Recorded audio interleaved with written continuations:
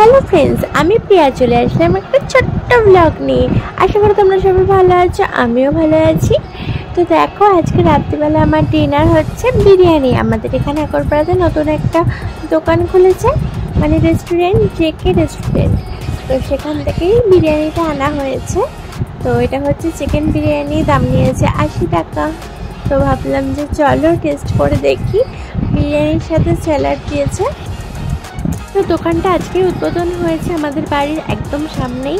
তো আজকে অফার ছিল যে দুটো মটন বিরিয়ানি নিলে একটা চিকেন বিরিয়ানি ফ্রি, 170 টাকা করে। তো তারপরে এতটাই ভিড় হয়েছে, তো তারপর করে দিল মটন বিরিয়ানি 100 টাকা, চিকেন বিরিয়ানি 80 টাকা।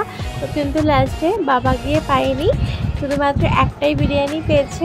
আর আজকে আমাদের বাড়িতে হয়েছিল রুটি আর তড়কা, তো তার জন্য 80 টাকা দিয়ে একটা চিকেন বিরিয়ানি নিয়েছে।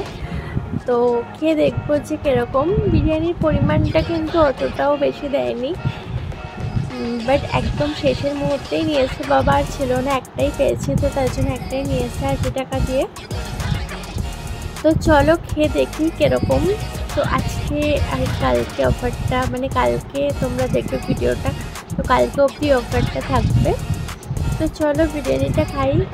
দোকানটা কিন্তু একদম আগরপাড়া স্টেশন রোডে।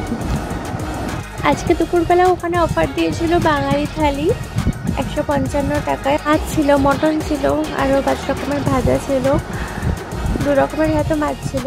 যাই হোক, আমি তো বিরিয়ানিটা টেস্ট করে নিলাম, বরকেও বলছিলাম খেতে। ও বললো যে না, তরকারির সাথে বিরিয়ানি খেলে কোনো কিছু বোঝা যাবে না। তো চলো আজকের মতো টাটা।